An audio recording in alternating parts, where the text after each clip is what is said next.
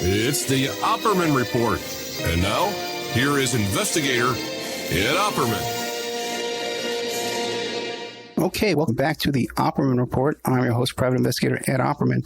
We're here today with Jeff Rinek, a former FBI agent. He's the author of the book In the Name of the Children, an FBI agent's relentless pursuit of the nation's worst predators.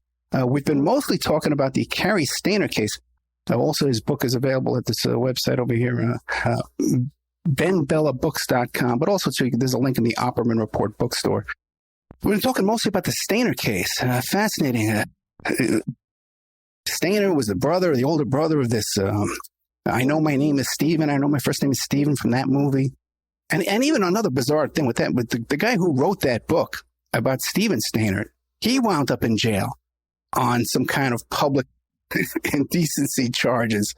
It's like, what a tragedy, this whole bunch.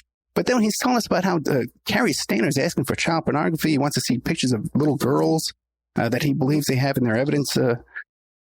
Fascinating.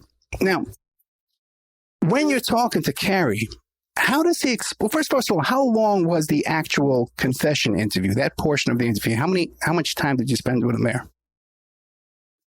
The confession lasted for a little over 6 hours. 6 hours. And that's after the whole long drive and all that other stuff and the pizza and the polygraph, all that stuff. So you spent 6 hours with him getting a confession out of him. Yeah, Ed, it's very important when, at least I'm kind of known for these confessions, and I'm also known for taking a long time, because it's important to know as much as you can about what happened so that you can provide that information to a prosecutor who then turns it into charges in prosecution. And in that regard, what I like to do in my interviews is first to have the offender, in this case, Cary, explain to me what he did in his own words as a narrative. He did that for both cases. Then we go back, and this time with questions from me, we go through it from the perspective of what he observed, what he felt, what he was trying to do. Then we go back again, and I want him to tell me what he observed from the victim, how he perceived the victim's actions, statements, behavior. And then finally, we go back, and I'm standing, if I was standing in the room with you there, what would I see? And I try very hard to get as much as you can. I will tell you that as hard as you try and do that, I'm not sure that if in any interview I've done that I've absolutely gotten everything there is. As an example, the final thing I like to do in my interviews is ask the offender to write a letter of apology to the victim. And Cary, which was a little surprising to me, refused to write a letter to any of the victims except for Julie's son. He believed that she loved him and he loved her, and he wrote his letter to her.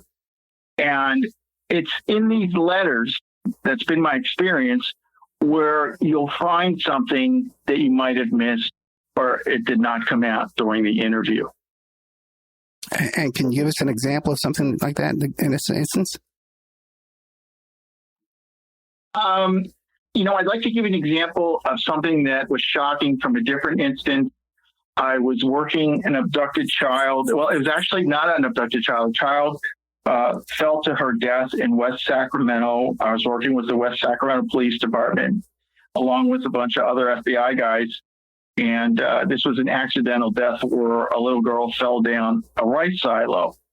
But her friends who were with her and knew this were afraid to report it for fear of the trouble they would all get in.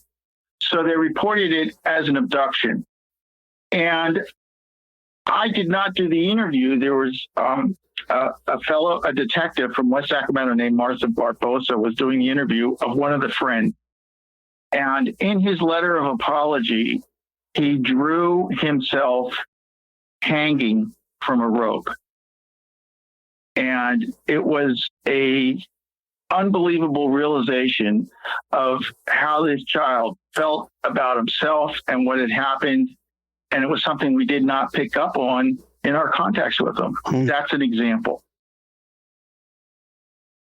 You mentioned before that Stayner felt he had a relationship with Son. Did he have a prior relationship with her before the abduction? Absolutely not. Cary Stayner, it's my opinion, and sometimes people judge me over this, but they're welcome to. It's my opinion that Cary Stayner's goal, the thing he was trying to obtain from his crimes, was to have intimacy with another person. And when he describes his assault on Julie, he is certain to include and explain the parts where he believed Julie was cooperating with him and Julie was doing everything she could that he requested from her. In one instance, he described that he left her in the car alone and she could have gotten out and run away, but she didn't. And when he was driving with her in the car, he described he was having a conversation with her.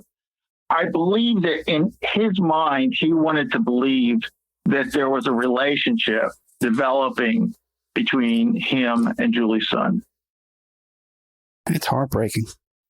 This kid never had a chance, his whole, brought up in that family and all this stuff. Did he ever have a normal social relationship with a woman? That's a great question. And during the confession, he said that he had a normal relationship with the woman who was his original intended victim, her and her two daughters. And after this was over, I got to meet her because I wanted to know for myself whether he did. And as I suspected, she very pointedly said that he was unable to have a sexual relationship with her. Okay. Oh boy. Now, in these murders, how did he target his victims? What made him choose these particular victims? Cary, during his confession, said that all his life he's had, these thoughts. And what I believe about offenders like Cary and other people is that they develop in their mind and heart a fantasy of what they would like to see or be a part of. And in Cary's case, I believe his fantasy was that he wanted to have a relationship with two 12 prepubescent girls, realizing they would have a guardian. His fantasy included killing the guardian so there'd be no interference with what he was doing, and then having sexual relations with the girls having sexual relations with each other, and then after everything was finished, realizing that he couldn't go further, his fantasy was to kill the two girls. And how did you come to that conclusion? This is what he described to you? Yes. And I had been attending for years these law enforcement meetings that were put on by the California Department of Correction parole. I worked with a lot of people in California parole, most notably Susan Cain. And I was invited to go to these law enforcement meetings, which were the third Thursday of every month, where sex offenders were being released on parole. And as a condition of their parole, they had to agree to sit in a room with law enforcement officers and to answer any question they were asked. The goal of this was to help us as law enforcement understand how these people run, what makes them do what they do. And from attending those meetings, I believed and expected that he would have a fantasy. I believed and expected that he would have put a kit together to carry out his fantasy at a moment's notice, which he did. And then when, for instance, if I were to win the lottery, I would dream about paying off my bills and what I would, you think about it in terms like you're dreaming. But in my opinion, with sex offenders, their fantasies are down to the most extreme, minute detail. And this is what they live in their minds day in and day out. And at some point, what makes Cary Stayner unique is that he committed to make his fantasy real. And after he made that commitment in his mind, he started preparing by watching the Discovery Channel, the Learning Channel, trying to get as much information as he could about how law enforcement conducts their investigations. And in his instance, he learned how to misrepresent his goals when he was taking custody of his victims so they would be compliant with his instructions. And so he prepared for over a year. And because he was working at the Cedar Lodge, he had the opportunity to observe all the incoming guests.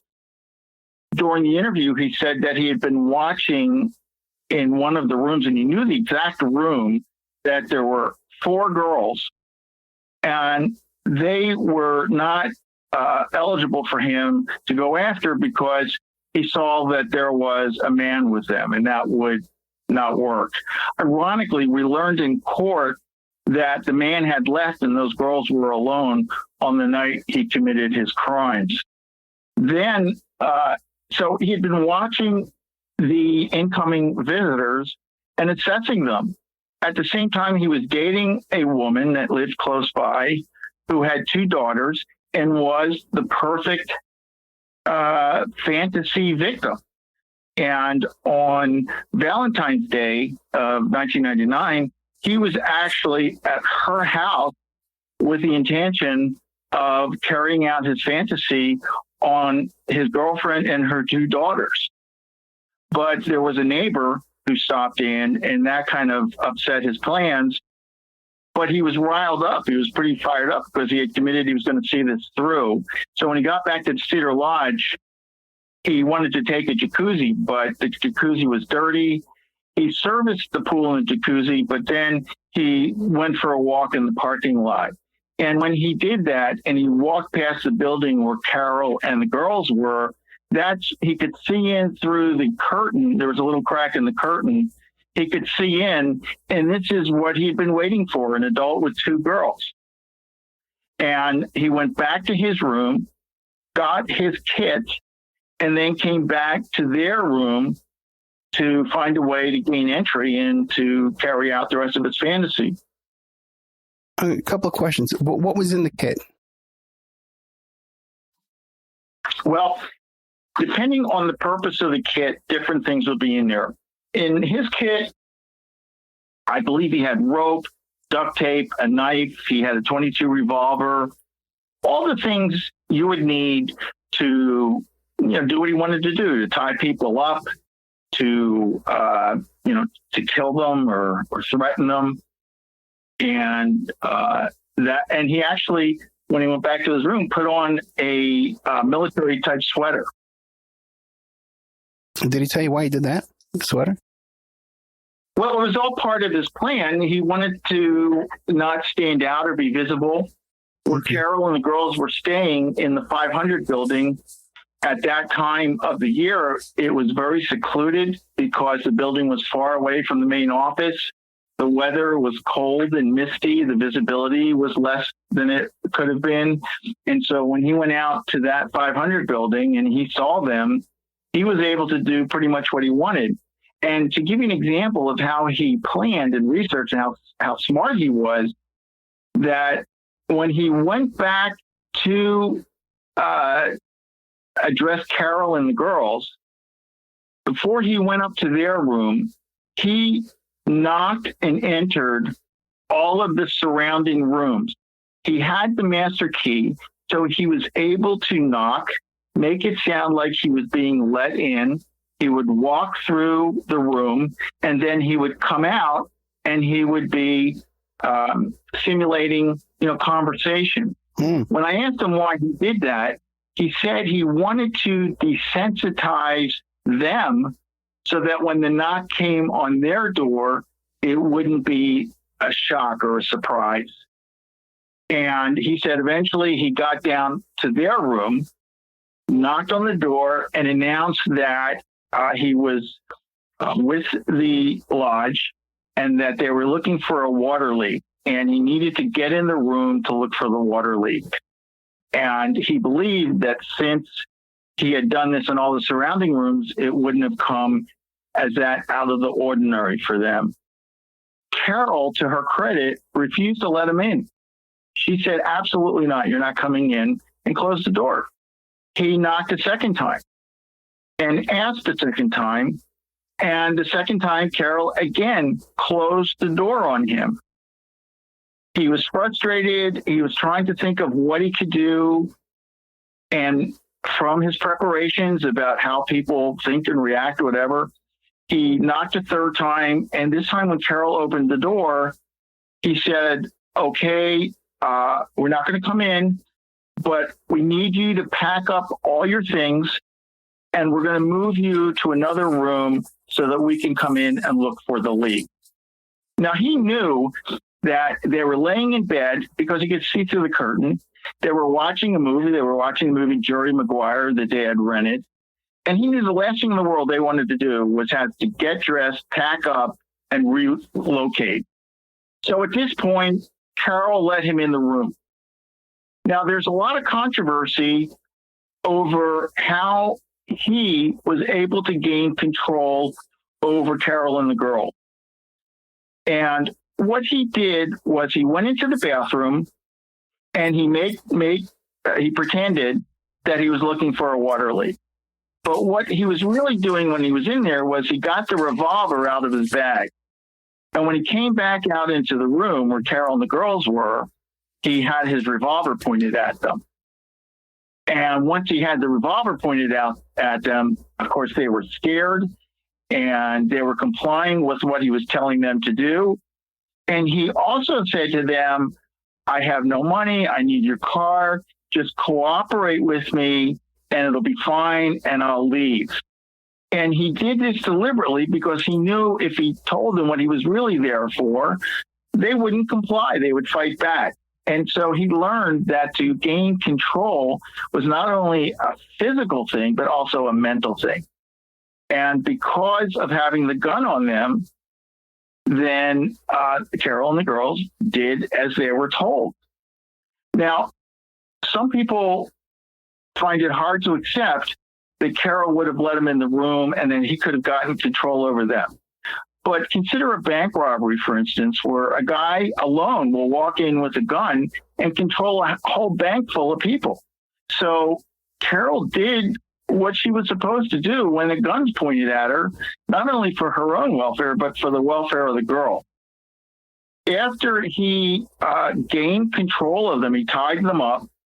He took the two girls in the bathroom, and then once they were out of sight and earshot, he killed Carol by strangling her. When she was dead, he carried her out to their rental car and wasn't seen again because of the limited visibility and how secluded the building was. And he put Carol in the back of the car, which was a 1999 Pontiac Grand Prix. And he said that when he got her in the back, he kind of pushed her up. And I asked him, why did you push her up like that? And he said, because I knew there'd be more. So after he had Carol in the car, he went back to the room. He brought the girls out of the bathroom. He cut off their clothing and began trying to initiate sexual behavior. Julie complied. Sylvina did not. On Sylvina's part, whether it was because she didn't understand the language that well or she was not going to comply, but also present with Sylvina was that she was having her monthly period And this was what Cary Stayner terms as a turnoff to him. So he then took Silvina into the bathroom, into the bathtub, and once again strangled her to death. He then came out into the room with Julie, and he describes that they began having sex. But it wasn't sex like you and I would think of sex with our wives or significant other. It was, she was complying with him. He was telling her what to do, and he was trying very hard to become sexually functional. Because of Julie's compliance, he was making progress in what he was trying to do. And he convinced himself that Julie was cooperating with him because she cared about him. And they spent several hours in the room with that. And then Julie had to go to the bathroom. And he said he couldn't take her in the bathroom of that room because her friend was dead in the bathtub. Right. So he used master keys and took her to the room next door.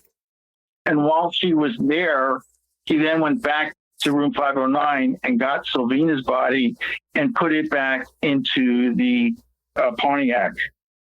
And then while Julie was going to the bathroom, he also instructed her to shave her pubic area because, remember, he wants a young girl and he wants to simulate the appearance of a child's genital. And I'm going to share this with you, Ed.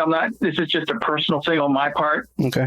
But I believe if you look at the age that the offender was a victim, it will give you the preferred age of the victims that the offender preferred. So, for instance, I had a case where a boy was 6 years old and assaulted repeatedly by men.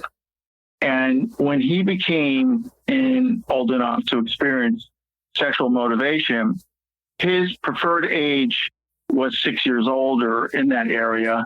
And I believe that if you look at the age that the offender was victimized, it will give you a pointer to the preferred age that the offender won.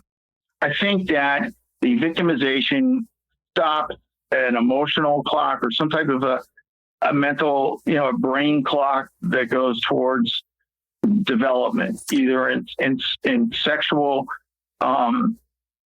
desires. I just think it stops the victim from maturing sexually. Right. That's why you'll see like in the news, you can see 40-year-old men. How can a 40-year-old man go out with a 13-year-old girl and think that's okay? But that guy in his mind sees himself at that age when he's with the girl, is my opinion. Makes sense. It makes a lot of sense. You can look at Michael Jackson. It's his excuse. I feel like I'm a kid, and he's always going after kids the same age. This is a good time to take a break. This is really, really fascinating stuff. We're with Jeff Rinek. You can catch him at the Mystery Writers panel in San Francisco in September. Now, the name of this book is In the Name of the Children, an FBI agent's relentless pursuit of the nation's worst predators. We've been talking about the Cary Stayner case, but there's a lot more in this book. There's like another 20 cases in this book, but we're getting through this Cary Stayner case, and it's just fascinating.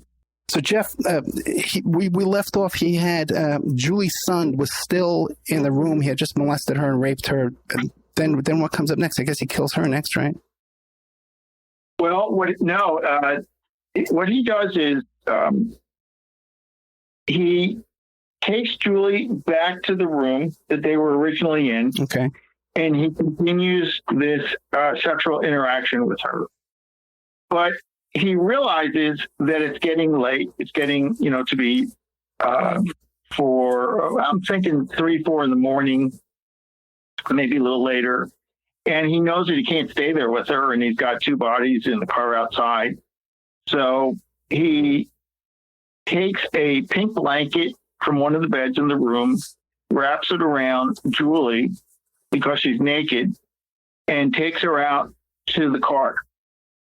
He then drives. He also while Julie was in the other room, he took that opportunity to pack up the luggage and clothing from all the women and put that in the car and make it look as if they had left as a normal course of their activity. Mm-hmm. He then leaves the 500 building and drives to the main office where he returns the master keys to their place that they're supposed to be in. Julie was in the passenger seat of the Pontiac, and he likes to take this opportunity to say that she didn't run, she didn't get out or do anything, and he wants to believe that that means she wants to be with him. But I think we all need to realize that Julie was heroic. She didn't know where her mom or girlfriend were. She was complying with him as a way of trying to get through this, not only for herself, but for them. He then leaves the Cedar Lodge and he drives west till he comes to a route called 49, where he heads north with Julie in the car. And he says that as they're driving, he's making conversation with Julie. Just ironically, as I was having conversation in the car with him, that's what he was doing with Julie in the car. And according to him, he learned from the news that everything Julie had told him was untrue. She had the ability, the coolness of mind and courage to not tell him anything that was truthful about herself, her mom, or her friend. He told him that her name was Sarah. And we have this confirmed because when he did drop off the car and burned it, before he burned the car, he scratched into the hood, "We have Sarah." The hood was sent to the FBI laboratory metallurgists who were able to retrieve what was scratched into the hood of the vehicle. But we go back, he's driving north on 49. He's trying to figure out what he could do. He actually says that he thinks about wanting to keep Julie, but he knows he can't. He comes to a place called Bagby, which is a fishing spot, and he stops in there to get water. And we actually have a surveillance video from the local surveillance camera showing a car pulling in at 6 a.m. in the morning. And the reenactment of that with a Grand Prix matches exactly. So we believe that the surveillance video is actually Cary Stayner driving the Grand Prix with Julie in the passenger seat. He then drives up to this place called Don Pedro, parks, and he says he carries Julie to a spot on the hill overlooking the reservoir. When I asked him, how did he carry her? Because she's barefoot, she's naked. He shows me, but then says, like a husband carries a bride. And he walks her out to this spot. He spreads out the blanket. Now, Ed, it's got to be 40 degrees out there. And she's naked. She's not comfortable. She's not having a good time. But he wants us to believe that he is. All right. That she's with him because she wants to be, that they're together, much like a boyfriend and girlfriend. And ironically, he says he's on the blanket, making love, as he calls it, with Julie. He's telling her that he loves her and he wants to be with her. And as they're there, he sees that the sun is starting to come up and he realizes that he has to kill her. So he kind of stands her up on her knees and he comes in from behind and he cuts her throat. In my opinion, he's not experienced at this because the cut was not even sufficient to cause death. And in her pain, she motions to him with her hand that a gun, she wants him to shoot her because of the pain. And he said he had no bullets in the gun, and therefore he steps forward again with the knife, and this time he slashes again, and more efficiently and effectively. He,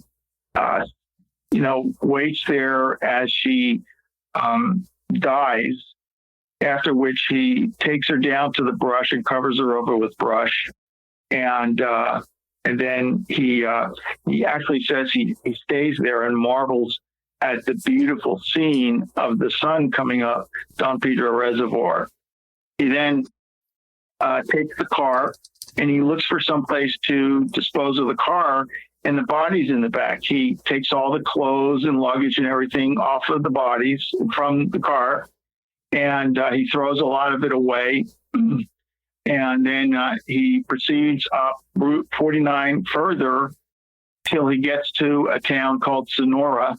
And there he starts heading east again, which takes him to a higher elevation toward the Sierra Nevada, and eventually comes to a spot off the road where he pulls the car in and leaves it there. He has $200 that he took from Carol's wallet. He uses that money to get back to the Cedar Lodge.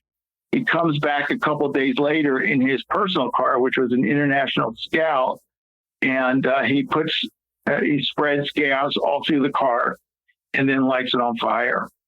And he says that it was frightening for him because as the car was burning, the wires for the horn shorted out and the horn went off. Also, the fire itself was determined to have burned 25 feet over the car, reaching the trees above the car. And the fire itself reached a temperature of 2,000 degrees, which basically took everything that was left in that car and made it into this one common molten pool of things. And then he says he drove away. He took some of the personal items of Carol and the girls, and he drove through Modesto and threw a bunch of it out in Modesto. And that gives us cause to believe that's how the wallet ended up in Modesto. Well, let me ask you this, though. He disposed of, he's got her car. I forget what you called it. It was not a Monte Carlo, or what? Grand Prix. It was Grand Prix. Grand Prix. Right, so he has her in the Grand Prix, and he's destroying the Grand Prix. How did he get to and from that scene with the Grand Prix? With his own, at one point, he had to be walking or taking a cab or something. Yes, that's exactly what he did. When he parked the Grand Prix, he had $200 from Carol. He used that $200 to get a cab. He had missed the last bus that was heading back to the Yosemite Lodge, so he used $200 and hired a cab. The cabbie did not claim the ride because she was hoping to get all $200. Sure. But when the FBI put out a query on the radio for the cabbie to come forward, she immediately came forward. And that's how he got back to the lodge that night that he dropped the Grand Prix off, and was able to get his own car to come back a couple of days later and do the burning. Now, was he concerned about getting caught at all after doing this? Once again, we come to the point where he had been preparing for what he was going to do. He had read up on trace evidence and evidence collection, and he was shaving all the hair off his body so that if he was asked for samples of his hair, there would be none to take, and he would represent himself as, not having hair. And he was hoping that would prevent him from being considered.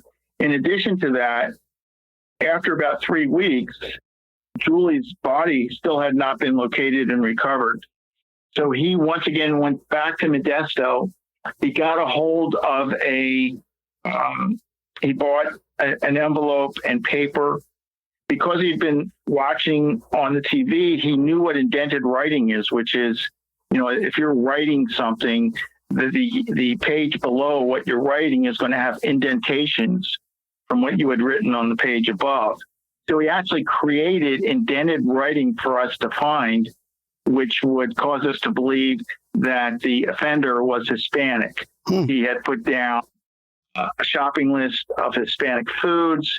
He used Hispanic names in drawing a heart, and then he went to Modesto.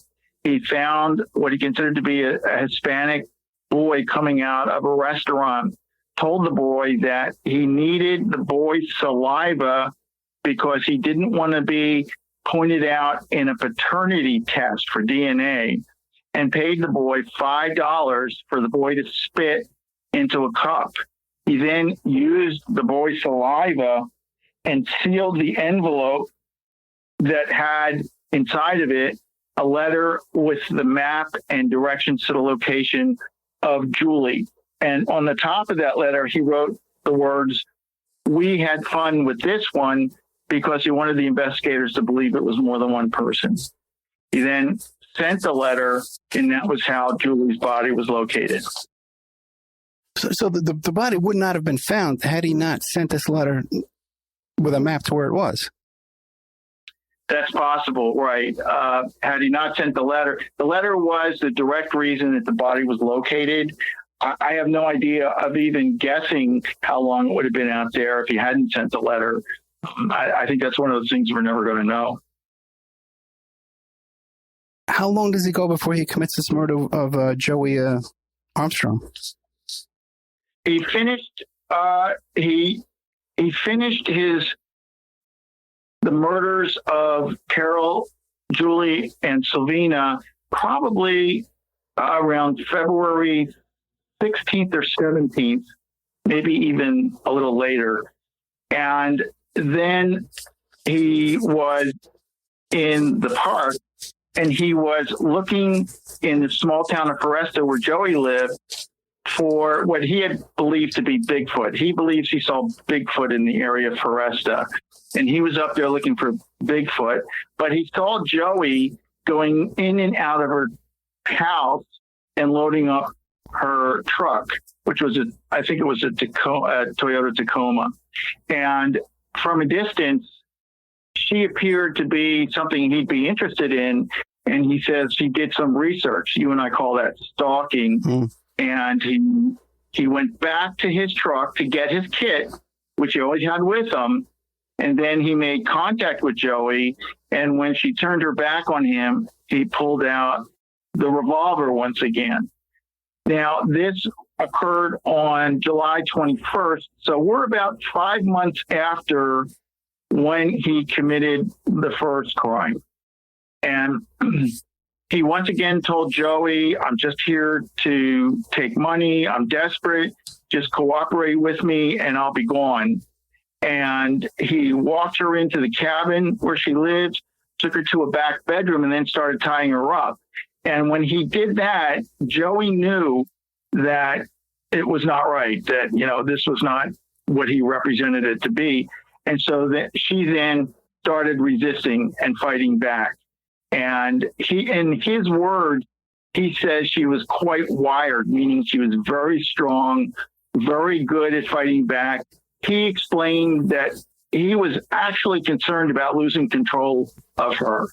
But eventually he prevailed.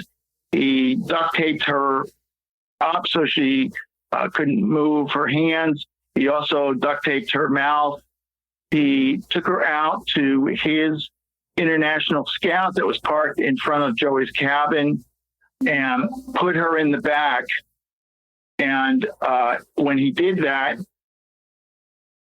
he started driving off. And next thing he knew, because Joey was so remarkable that she was actually able to launch herself from the back seat out the passenger window. She hit the ground and got up and started running, all while while her hands are tied behind her back and there's duct tape over her mouth. Cary says he stops the truck and he chases her down, but he still cannot get control over her. So he describes once again that he gets his knife and he cuts her throat, but once again, it cut is ineffective, and he has to take a second cut. And this time he can tell, because he can see the interior parts of her neck, that this second cut will kill her.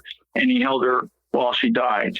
Then after she died, he went back and parked his truck, then came back and got Joey's body and took it to a nearby stream.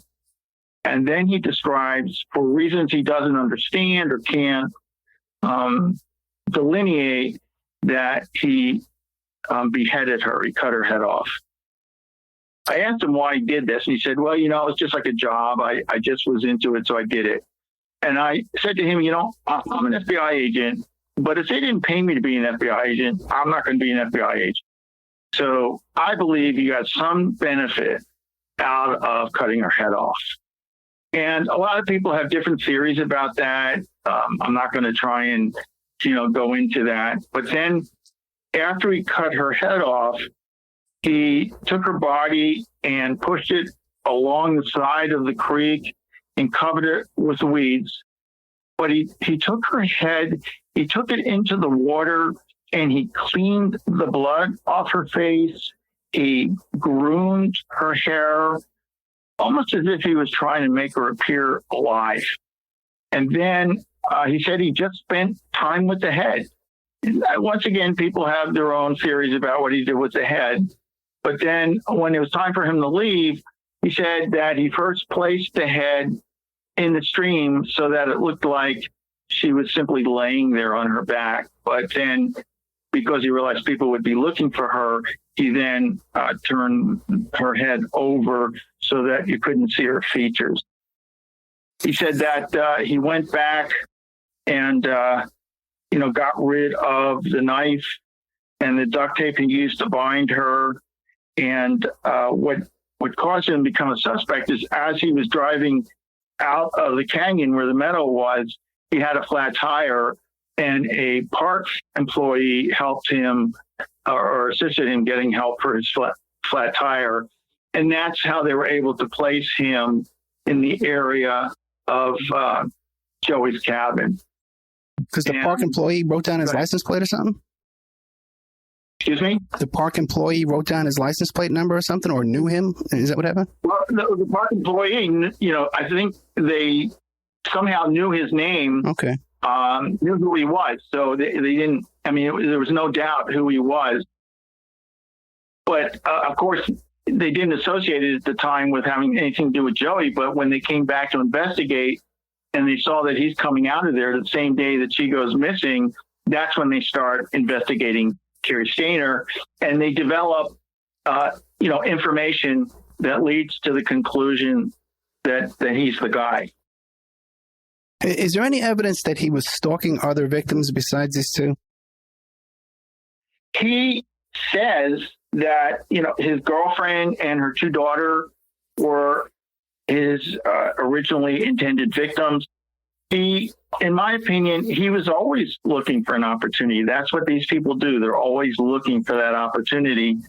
And I've been told that before, from the Laguna del Sol, he was going to be heading up to Sacramento to commit more murders. Did he have people picked out, or he was just going there to scout? I don't know that much. After Cary Stayner confessed, I really didn't know that much about what was going on in the actual investigation. Okay. The only thing I knew for sure is what he had told me. What about any indications of necrophilia, that he was having sex with the dead bodies or anything like that? Well, bear in mind that he's not capable of gaining an erection. Right. So, it's an opinion as to what he was doing with the bodies, or even the head for that matter. Now, do you find it odd that his first victim, he chose a group of 3 women? Like, wouldn't it be more logical that he would start off with one that would be more easier to handle?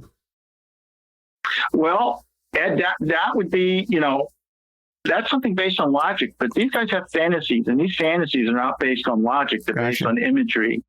And his fantasy, which we established at the beginning of the interview, was to have 2 girls, approximately 12 years old, and that they would have a guardian. It wasn't a question of the logic of whether he should start like a beginner and work his way up. It was an issue that when he saw them, they fit his fantasy, and that, clicked off the switch that had him go on to do what he did. Have you been in touch with Cary since his conviction? Well, ironically, I started out with this as the case agent, and then at a point during the case, because I was at odds with some of the management decisions, I was removed from the case. And I really didn't have much information. But in 2004 or 5, I forget which it was, the case was reassigned back to me, and I took the opportunity to find, I don't want to say dispose, I resolved all of the evidence issues. I arranged with the Mariposa Sheriff's Department to get a hold of the car and have it destroyed so no one could, be trying to buy it on the internet.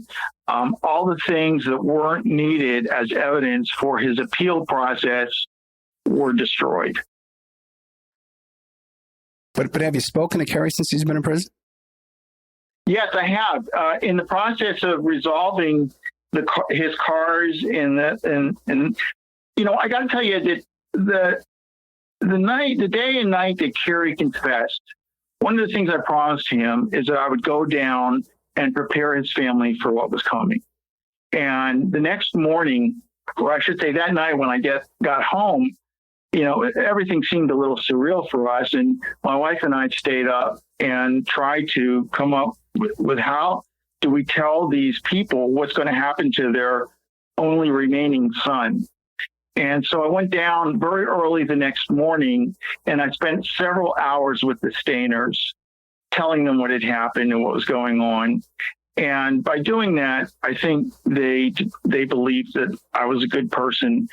And so I had been in touch with the Stayners. And then when I was trying to resolve Cary's vehicles so that no one else could get them and put them on these, sites, I had to talk to Cary from prison to get his permission to destroy the cars and to get titles to them. And that's when I talked to him. His defense attorney causes him to believe that everything I did with him was a manipulation and that I wasn't sincere.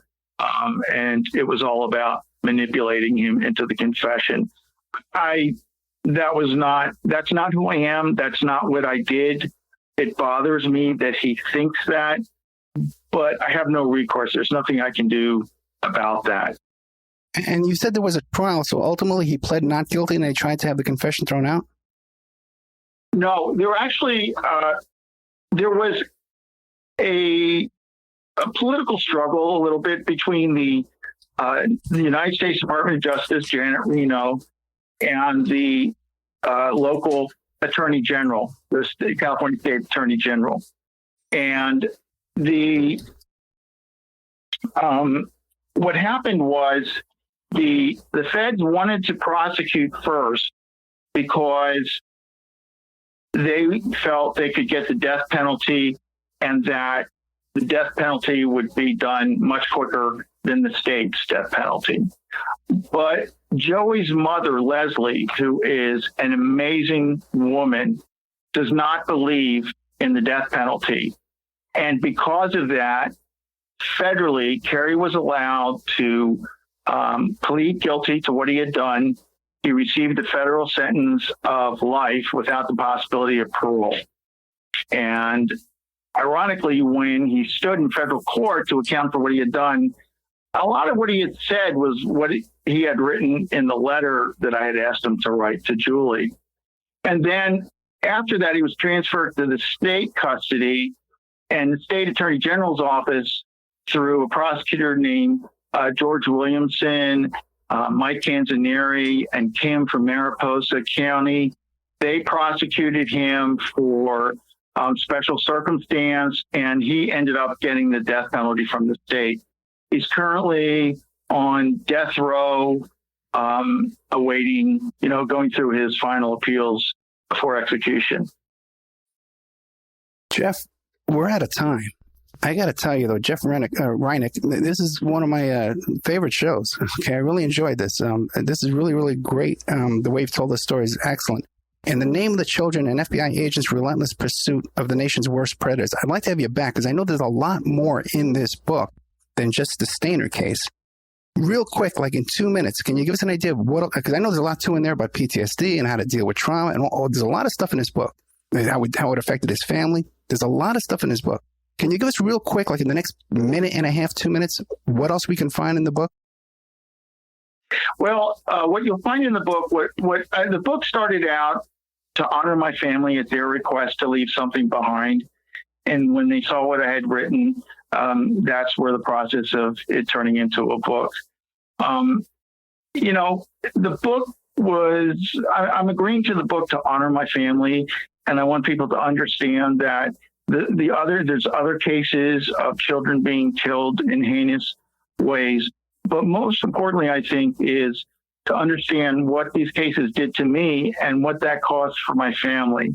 And the realization that I'm alive today talking to you, not a victim of suicide, because of my wife, Lori, and my sons, and the realization that life is worth living to be with them. Jeff Rinek, I can't thank you enough, okay? And especially with all the problems we had with the technical stuff and the scheduling stuff. I can't thank you enough. And I'd like to have you back right away to talk about the rest of the book. And again, all this stuff we talked about, the PTSD stuff, how it affected your family and all this, as soon as we can, okay? Thank you so much. Okay, Ed, thank you. Thank you. So they had Jeff Rinek. The book is called In the Name of the Children, an FBI agent's relentless pursuit of the nation's worst predators. We've done a couple of other shows on this. I could go on for another 2 hours with this guy, you know? I really enjoyed this show. A lot of details about this case. We've done 2 other shows with this. Stephen Sanzeri, we did, I think, 2 hours with him, who was a bail bondsman who was chasing down one of the people involved in this case. And also, too, a woman, too, who believes sincerely that she was being stalked by Stayner and these other characters. Sanzeri has a whole group, these other people that were arrested and held, and suspects, that it was a lot more than just Stayner. A lot went on in this case. Let's just say that. I'm going to have to go back and listen to the first 2 shows again, and then maybe I'll have Jeff back. And by the way, too, there is a lot more in this book. We only touched on the one topic. The Stayner case is only one topic in this book. The Dugard case, he was involved in. That little girl that was held in a tent there. It was like a Unabomber. This guy was involved in a lot of stuff. Jeffrey Rinek, thank you so much. Hey, by the way, too, you know what I'm going to do? I have a little 20-minute interview with Jeffrey Rinek. I'm going to put it up in the member section. It's the one that was aborted because we had so much technical difficulties. But I'll throw it up in the member section, a little 20-minute, 30 minutes in the member section. If you like the show, that's where we have additional content, additional shows in the member section at oppermanreport.com. If you want a discount, I know a lot of people, their memberships are running out because a lot of people signed up this time last year. You contact me directly at oppermanreport@gmail.com, and I'll hook you up with a discount. I'll give you 13 months for $60. So you email me at oppermanreport@gmail.com, oppermanreport@gmail.com, and I'll give you a discount. Otherwise, you go straight to the website, oppermanreport.com. You can sign up there, $74 for a year, or $20 for 3 months, or $6 for a month. Thank you so much, Jeff Rinek. In the Name of the Children, excellent storyteller. I'm glad that we had those problems because we really spent a lot of time more on the Stayner case than we would have had time for in the first 2 interviews. So thank you so much, Jeffrey